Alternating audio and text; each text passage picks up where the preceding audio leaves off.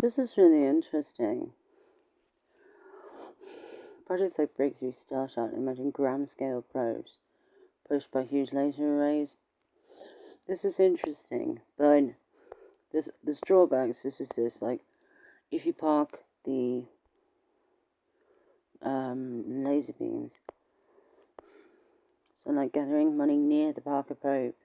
What it is the Parker probe itself is being its working life is severely impacted by its proximity to the solar heat, and basically, if you park the laser sort of heat gathering source on Mercury,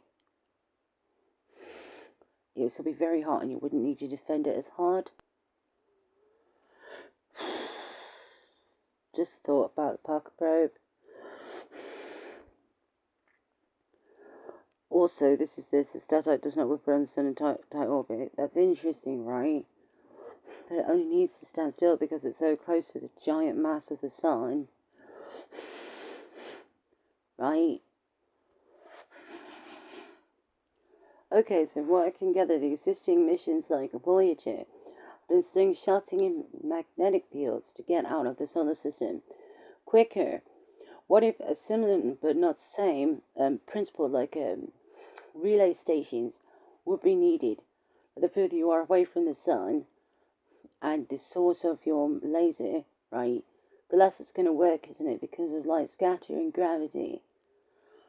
And there's things like, what if there's something blocking the way, like meteorites or space dust, or what if you run out of battery on the dark side of Mercury or the moon, or and you have to wait for hours to recharge your device?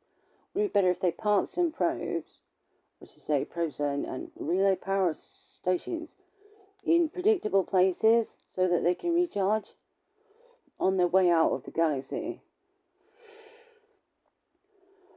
Because, you know what I mean, they do this like this. It might take 40 years to get to Alpha Centauri.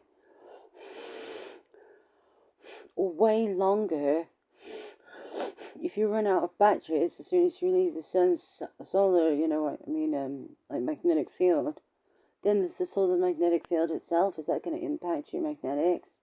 How are you going to get your laser ray through if you can't allow the sun's irrational sort of disorganized magnetics in?